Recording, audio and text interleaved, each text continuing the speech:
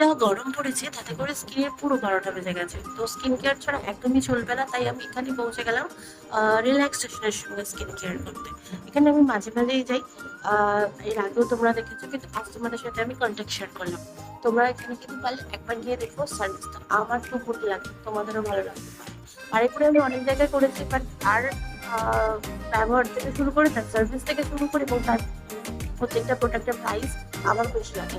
তোমরাও তোমাদের রেঞ্জ বলে দেবে, সে তার রেঞ্জ মতো করে সেই করে দেবে। বাট হ্যাঁ, প্রত্যেকটা প্রোডাক্ট কিন্তু প্রফেশনাল, মানে দাম শুধু প্রফেশনাল নামটা শুনেই কিন্তু করে হাইপের ভাবতে যাবে না। নর্মাল রেঞ্জ এখানে সবকিছুই অ্যাভেলেবেল। তো যাই হোক, আমি এখানে এগুলো করেছি, ফেশিয়াল, একটা ফুড ফেশিয়াল, একটা ওয়াক্স করেছি। তো আমার বেশ লাগে, আমি রিল্যাক্স করতেই গেছিলাম, অনেকদিন যাওয়া হয়নি। আর আমি যেভাবে গেছিলাম সেভাবে কিন্তু ব্যাক করিনি। এবার বলো, বিফোর পিক আর আফটার পিক তোমাদের কেমন লাগছে?